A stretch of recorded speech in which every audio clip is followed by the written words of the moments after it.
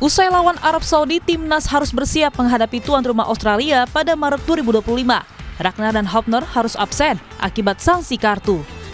Kemenangan perdana yang diraih timnas Indonesia atas Arab Saudi menempatkan skuad Garuda di peringkat 3 klasemen sementara Grup C kualifikasi Piala Dunia 2026 zona Asia, mengungguli Arab Saudi, Bahrain, dan Cina. Tak hanya klasemen sementara di kualifikasi Piala Dunia 2026, peringkat timnas di ranking FIFA juga naik 7 peringkat menjadi 125 dunia.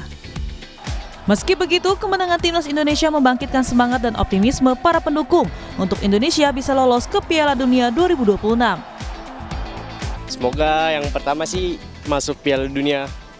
Ya mungkin untuk 2026 harus lolos sih. Soalnya kan ya sejarah baru kalau Indonesia masuk Piala Dunia. Bangga sih saya. Semangat buat timnas Indonesia. Semoga kedepannya semakin baik dan juga semoga lolos di kualifikasi Piala Dunia tahun 2026. Semoga di Piala Dunia timnas Indonesia melaju lebih baik sih. Sama ini kan udah ditunggu-tunggu ya dari dulu timnas masyarakat Indonesia tuh bakal pengen banget masuk Piala Dunia. Peluang timnas itu masih terbuka lebar ya, dan mereka tuh masih punya harapan bagus, apalagi Bahrain nanti akan main di Indonesia, ditambah lagi masih ada 3 pertandingan lagi, insya Allah kita bisa, bagus sih Indonesia. Tim Indonesia pasti bisa masuk Piala Dunia 2006 sampai ketemu di Amerika. Tantangan berikutnya akan dihadapi timnas pada 20 Maret 2025. Bertandang ke markas Australia, timnas harus menepikan 2 pemain andalan, Justin Hopner dan Ragnar Oratmangun, karena sanksi kartu. Ketua Umum PSSI Erick Thohir memberi sinyal akan menambah lagi pemain untuk timnas. Tambahan amunisi bagi skuad Garuda diharapkan mampu menambah kekuatan anak asuh Sinteyong. Menatap 4 laga terakhir, timnas Indonesia ditargetkan bisa meraih 6 poin untuk bisa lolos ke fase selanjutnya. Tim Liputan, Kompas TV.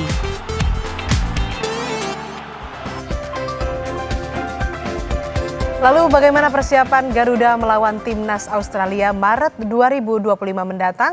Benarkah PSSI membidik pemain naturalisasi baru? Dan bagaimana evaluasi timnas Indonesia pasca meraih poin penuh menang lawan Arab Saudi? Kita bahas bersama manajer timnas Indonesia, Sumarji, melalui sambungan Zoom.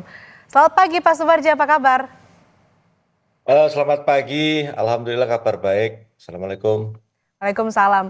Pak, ini pertandingan timnas versus Arab kemarin, apa saja evaluasinya? Evaluasi pertandingan terakhir kemarin Indonesia lawan Arab cukup ada beberapa catatan yang harus kita sampaikan nanti ke para pemain. Dan catatan pertama berkaitan dengan soal pemain. Masih ada beberapa hal yang harus diperbaiki kaitannya dengan soal kekompakan, chemistry, dan juga tentu ada beberapa hal yang di lini pertahanan maupun di serang, sehingga dari catatan-catatan detail itu nanti ketika kami kumpul di bulan Maret itu sudah bisa kita evaluasi dan perbaiki.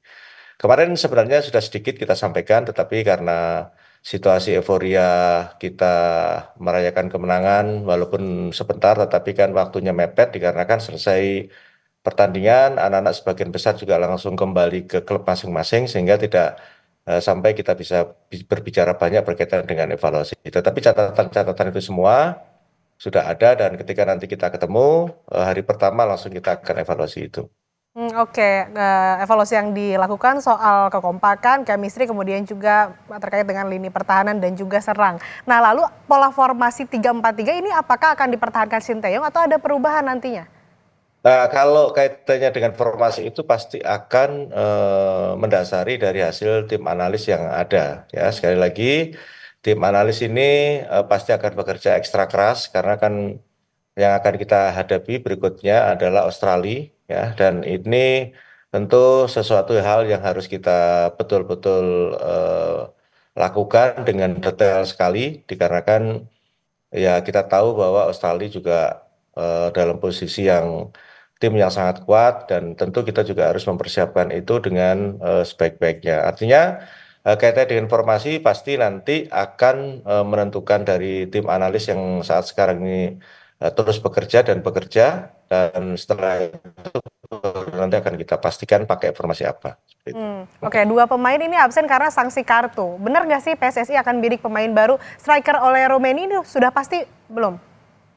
Ya, jadi sebenarnya begini, ya di sepak bola itu pasti ada sesuatu hal yang eh, ketika kita bermain kena kartu, baik itu kuning, merah, akumulasi dan lain sebagainya. Nah, itu kan tentu harus sudah ada opsi-opsi yang harus kita siapkan. Contoh seperti Justin kena kartu, nah nanti kita juga harus berupaya, kebetulan ada Mas Hilgers, terus bagaimana dengan Ragnar. Nah, kan kebetulan juga tadi disampaikan ada Pak Ketua Umum sudah mengupayakan, dan tentu berkaitan dengan soal striker baru oleh ini masih dalam proses sekarang, dan yang pasti Pak Ketua Umum sudah mempersiapkan itu semua. Tentu juga ini kan harus ada kerjasama yang baik, dan selama ini sudah bekerja sama dengan baik antara federasi dan pemerintah DPR, sehingga proses itu bisa berjalan sesuai dengan timeline yang ada, dan nanti di bulan Maret bisa bergabung bermain memperkuat timnas, sehingga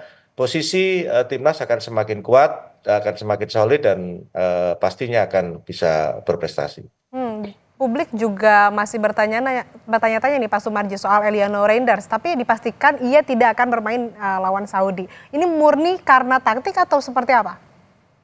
Oh, kalau itu pure ya, pure murni taktik ya, karena kan semua itu ada strategi yang harus dijalankan. Karena kemarin sebenarnya sih ada opsi-opsi dari Coach Shin mau mainkan Eliano dan sebagainya. Tapi kan kembali lagi semua itu kan ada strategi yang harus dijalankan dan kita harus menang gitu. Sehingga tidak bisa juga dalam game plan itu memaksakan seseorang untuk bermain ketika game plan itu tidak sesuai dengan strategi yang akan dimainkan. Seperti itu. Oke, selanjutnya masih ada 4 pertandingan sisa. Pertama lawan Australia, Bahrain, Tiongkok, dan juga Jepang. Kalau mau aman semuanya harus dimenangkan timnas Indonesia. Tapi kalau mau realistis, bagaimana? Sudah ada hitung-hitungan soal itu? Oh pasti, sudah lah Mbak. Jadi begini, yang pertama, ketika kita melawan Australia, tadi di awal saya sampaikan, kita harus betul-betul kerja keras. Semuanya harus kerja keras nih. Tim analis sampai saat sini, tim analis, tim kepelatihan, di bawah asuhan Coach Shin, semuanya udah bekerja keras nih saat ini. Karena ya itu tadi, mereka harus betul-betul mempersiapkan itu dengan baik ya. Nah, terus selanjutnya nanti para pemain juga begitu, juga harus sangat bekerja keras. Karena gini, hitung-hitungan kita itu ketika kita melawan Australia, kita harus mendapatkan poin. Tidak boleh nggak mendapatkan poin. Hitung-hitungannya kita mendapatkan poin lawan Australia, selanjutnya kita home ya, home itu kita lawan Bahrain, lawan Cina, itu harus sapu bersih, harus dapat tiga-tiganya, dua-duanya, sehingga kita bisa mendapatkan 6 plus taruhlah misalkan di Australia itu kita mendapatkan 1 poin berarti 7 sekarang posisi, jadi kita dapat 13 gitu. Tinggal nanti terakhir itu nothing tulus lah. Kita tahu bahwa Jepang itu tim yang sangat superior, sangat kuat, dan ya di grup ini yang akan sangat sulit lah dikalahkan. Syukur-syukur pada saat lawan Jepang kita bisa mendapatkan 1 poin, ya siapa tahu, namanya juga sepak bola. Tidak ada hal yang tidak mungkin di sepak bola, siapa tahu ya. Tetapi kan kalau melihat statistik, melihat kualitas para pemain, ya itu berbeda. Terkecuali kalau misalkan Jepang punya pikiran, nah sudah di atas angin, sudah tidak mungkin akan tergoyahkan, terus dia memainkan pemain lapis keduanya, ya ini juga nggak tahu juga.